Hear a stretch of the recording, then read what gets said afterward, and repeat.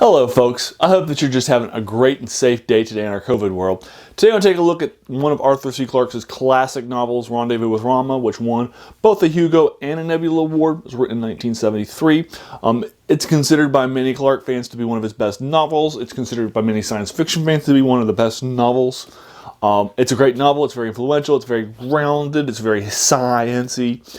In my reviews by Arthur C Clarke recently, like in 2001, A Space Odyssey, or in the Big Three, where I looked at the big three writers of science fiction, Arthur C Clarke, Isaac Asimov, and Robert Heinlein, I put out there the theory that I believe that Arthur C Clarke is the science of the science fiction writers. His stuff tends to be very hard, very rooted in science, very much a sort of less of a philosophy, less of a social scientist. He cares a lot about the hard science.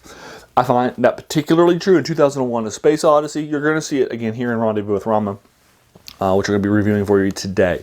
So in Rendezvous with Rama, what's going to wind up happening, we're going to be introduced to a future world. It's about 100 years in the future or so, roughly. Many different planets have been colonized that are nearby. Moons of them have been colonized too. There is and that includes Luna, our moon, Mars, Mercury, Venus. A lot of them have been colonized, and there is a planet. They have created something called Space Guard after an asteroid crashed on Earth in 2077 in northeastern Italy and killed a lot of people. They created a program that's called Space Guard that protects people. It has ships out there surveying.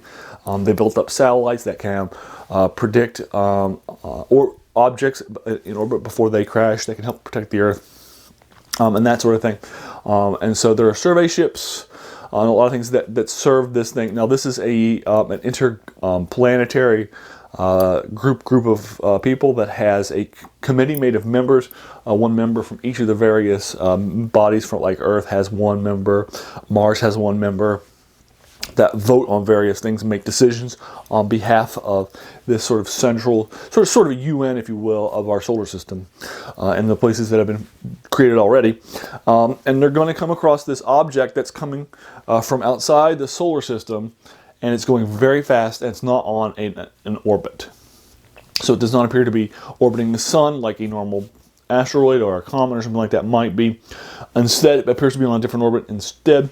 So it seems to be like it's just going to be in here for 1 minute. They log it, they catalog. There's some unusual things around it. It seems to be spinning very fast. It's a smaller object, and so forth. They send out a satellite and a probe to check it out, and it comes back after they start from pictures of it, and it turns out that it's going to be a number of things there that show that this is artificial in nature. It has the way that it's shaped, the materials it's made out of, and so forth, make it seem that it's artificial in nature, which makes this seem that this body is actually will be Earth's first contact with something of an extraterrestrial nature. Now, they have named the body Rama after the Hindu god Rama.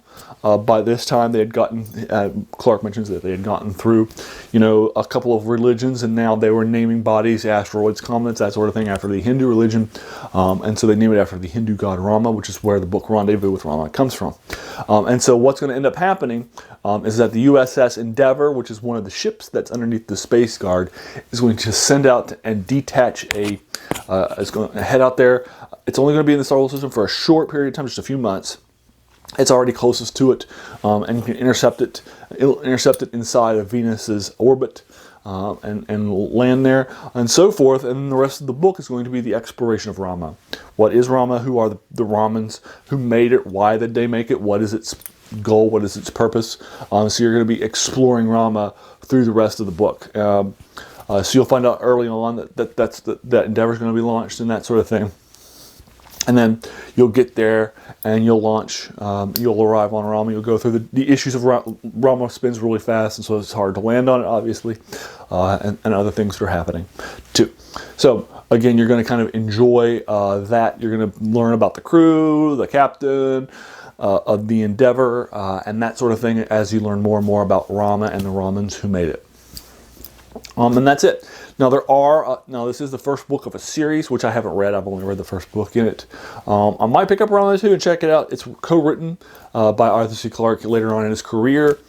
This is kind of one of the high watermarks of Clarke, Rendezvous with Rama. Again, it won both a Nebula Award and a Hugo Award, and I'm sure that you can see why, considering how grounded it is, how much fun it is. It did feel to me when I was reading it like H.G. Wells' The Star, which is a short story that he writes where a planetoid, a foreign object comes into our solar system and then moves from planet to planet.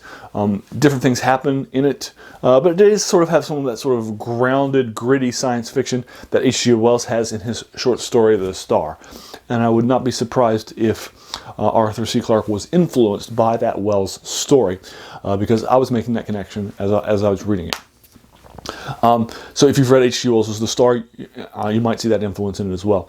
And I also wouldn't be surprised if other things, that I haven't read also were of an influence here too, like maybe the Poison Belt or something, or maybe something that I have read that I just didn't think about, like the Poison Belt by Sir Arthur C. Clarke, by Arthur Conan Doyle, the writer of Sherlock Holmes, who wrote some science fiction that I've reviewed for you before, and I've actually reviewed for you the Poison Belt. But anyway, let's head back to this novel. So what do I think about Rendezvous with Rama? Arthur C. Clarke, again, has a very grounded approach to this. Everything that he does is grounded in science. So if he's going to have a particular way of exploring the ship of Rama and what kind of an object it is, he is going to have ways that are scientific in nature, like how is the ship going to match speeds with it so it can land, or how are we going to explore it? What are the difficulties in exploring this for people that aren't shaped for this? How can we overcome it with science? And so he will explain a lot of these sort of things. Again, he's this grounded science fiction writer.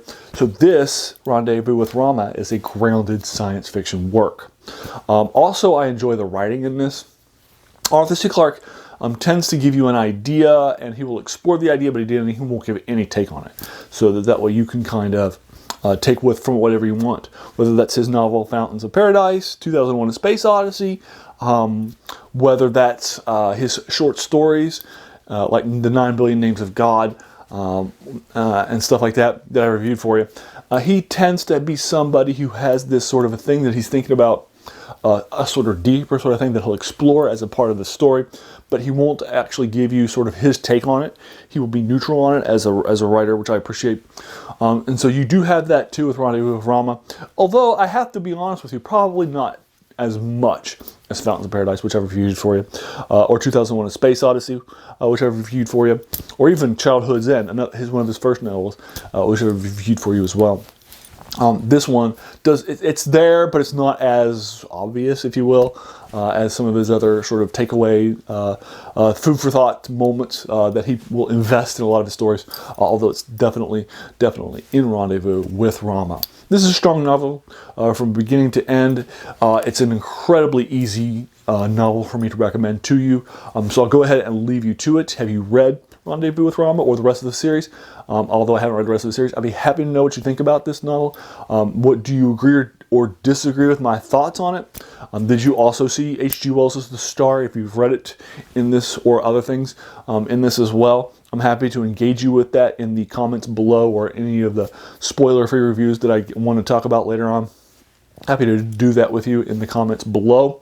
If you liked this video, please feel encouraged to hit that subscribe button. There's going to be so many more of these reviews of classics to follow in science fiction, fantasy, and horror. And finally, if you watch this video all the way to the end, I just want to thank you for taking some time out of your day and investing in my video. We all have so many things happening in our lives and so much attention for our time, right? So the fact that you spent this time with me is very, very humbling. And I really do appreciate that. So thanks again, and have a great day.